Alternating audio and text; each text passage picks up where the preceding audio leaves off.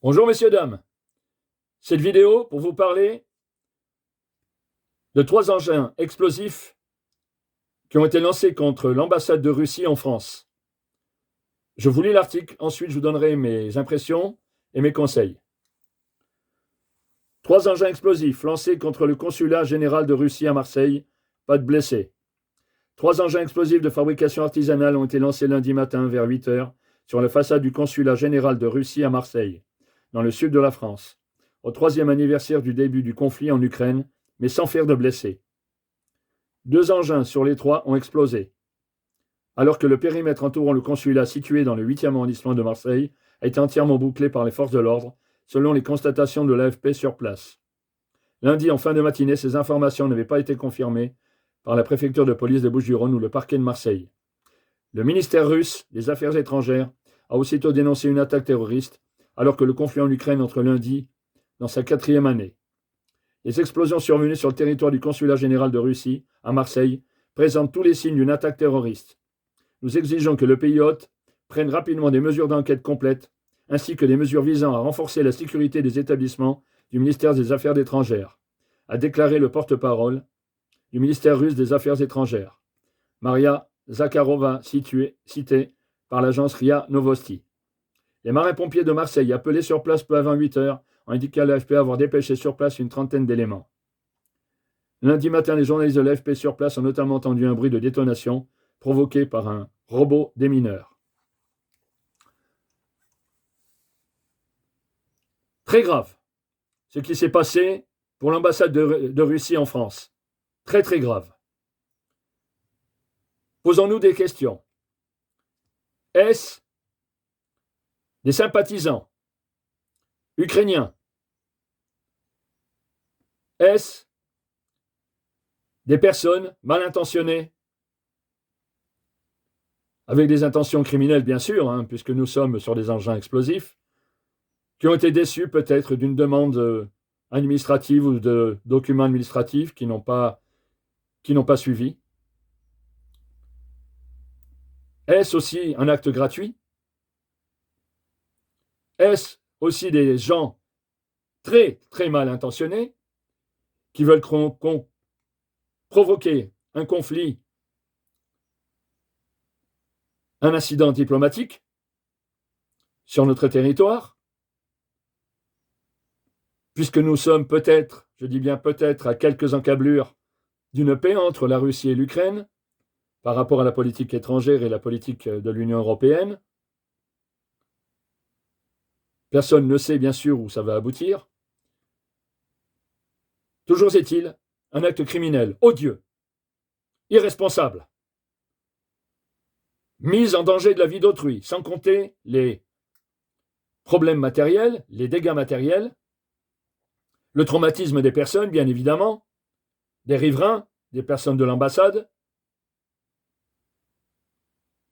Est-ce peut-être tout simplement un conflit entre un fonctionnaire de l'ambassade et des personnes mal intentionnées à l'extérieur?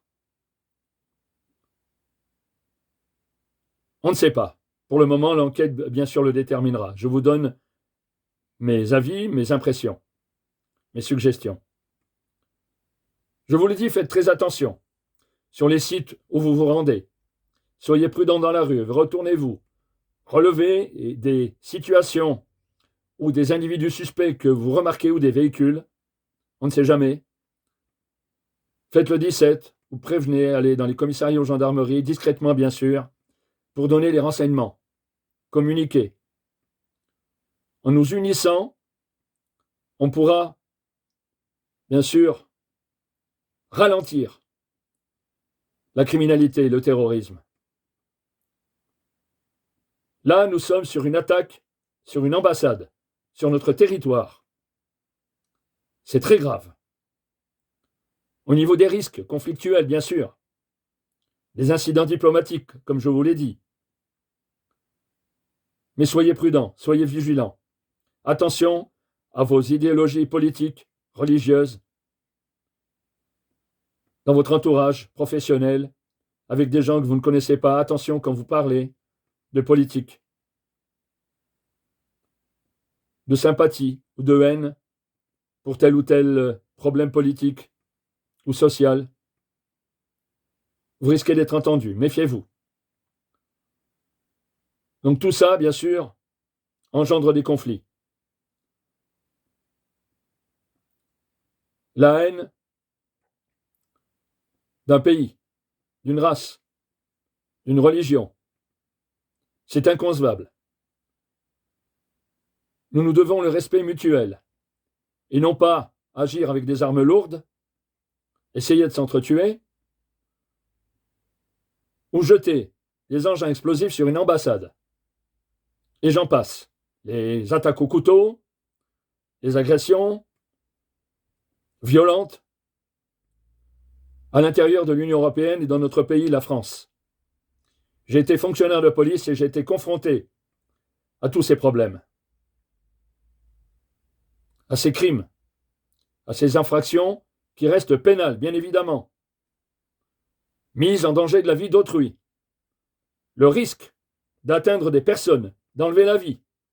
Il peut y avoir des bébés dans la rue, des femmes âgées, des hommes âgés, des personnes qui vaquent à leurs occupations, qui rentrent chez eux, qui se rendent au travail. C'est inadmissible, c'est inconcevable. Bien sûr, nos politiques vont prendre des mesures. Ils vont certainement mettre des effectifs ou doubler des effectifs de police ou de gendarmerie à l'extérieur de l'ambassade. Et bien sûr, l'enquête déterminera qui sont les coupables et quelle en est la cause.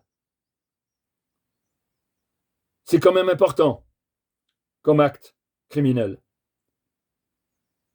Les engins explosifs artisanaux, il faut quand même aller très loin dans la criminalité pour agir sans se préoccuper que des personnes peuvent mourir, peuvent avoir des blessures graves, conséquentes, avec des séquelles. Ce sont des gens sans foi ni loi, sans préjugés, sans a priori. Aucune morale, bien évidemment. Ils agissent pour des valeurs qu'ils croient défendables par la violence, par la terreur, par des actes criminels. Non. On a des ambassadeurs, on a des ambassades et des consulats. C'est leur problématique. Ils sont là pour ça. Ce n'est pas à des gens à instituer leur loi par la criminalité, par le terrorisme. Donc je vous le répète, soyez vigilants, soyez prudents dans tous vos faits et gestes, sur les réseaux sociaux en particulier. N'étalez pas trop votre vie, n'étalez pas trop vos idéologies, vos idées. Gardez ça pour vous. C'est beaucoup mieux. Vu les conflits en extérieur, vu les conflits dans l'Union européenne, sur l'antisémitisme, sur la xénophobie, sur le racisme, faites attention et optez pour les bonnes valeurs. Le respect et l'amour de vos semblables. Bien sûr, s'ils vous créent des troubles, s'ils commettent des infractions à votre encontre, vous avez les commissariats et gendarmeries, bien sûr, allez déposer plainte. Évitez de vous faire justice vous-même. Ça finira toujours mal. Je vous dis solennellement, nous vivons une période très mauvaise, très dangereuse. Il faut être méfiant, il faut être prudent. C'est malheureux. Notre liberté est atteinte, notre citoyenneté est atteinte, notre République est atteinte, et les républiques dans l'Union européenne. C'est affreux pour nous tous. Mais soyons unis pour justement communiquer avec nos forces de police, nos forces de gendarmerie, sur les constatations que nous pouvons faire et que vous pouvez faire quotidiennement sur des situations, je vous le répète, et des individus suspects. Vous pouvez donc amener des informations, avec discrétion bien évidemment. Surtout si vous relevez des infractions, des situations suspectes ou des personnes suspectes, ne changez pas votre comportement, restez normal, comme vous êtes d'habitude. Sinon vous risquez d'être, bien sûr, dans le collimateur, dans le viseur d'un terroriste, d'un criminel. Faites très attention. Essayez de vous protéger au maximum, chez vous et dans la rue. Je vous remercie de m'avoir écouté. N'oubliez pas d'aller sur ma chaîne YouTube secuconseil.com et sur notre site secuconseil.com où nous avons des formations, entre autres le cambriolage, qui est assez récurrent, qui vous empêchera justement d'être victime demain. Merci de m'avoir écouté.